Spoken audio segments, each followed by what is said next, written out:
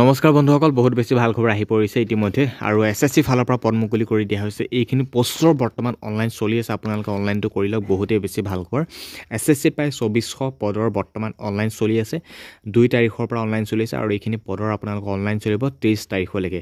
আৰু আপোনালোকে অফিচিয়েল ৱেবছাইটত গৈ চাব পাৰিব, ssc.gov.in মাৰিও আপোনালোকে এই পোষ্টৰ বিষয়ে ভালদৰে চাব পাৰিব। এতিয়া মেইন কথাটো হ'ল, এইখিনি পোষ্টত আপোনালোকে 10 পাছ 12 পাছ বা গ্ৰেজুৱেট আপোনালোকে কোৱালিফিকেশ্যন অনুসৰি এইখিনি পোষ্টত এপ্লাই কৰিব পাৰিব।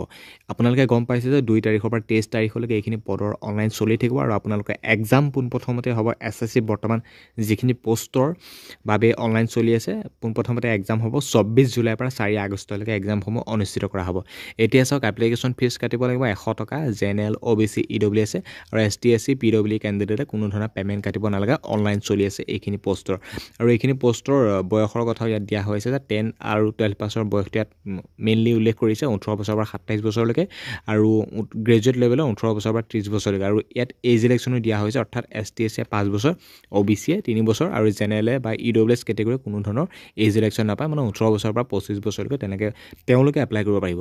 পোষ্টটোৰ নেম ইয়াত দেখুওৱা হৈছে, গম পাইছে। ভেকেঞ্চি পাই 2423টা আৰু কোৱালিফিকেশ্যন 10 to 12 পাছ বা গ্ৰেজুৱেট হ'লে এইখিনি পোষ্টত এপ্লাই কৰিব পাৰিবা। আৰু কেটেগৰী অনুসৰি কোনকেইটা পোষ্টত কিমান বা কাষ্ট অনুসৰি কিমান পোষ্ট আছে মন কৰিবা, যিহেতু টোটেল পোষ্টৰ সংখ্যা 2400।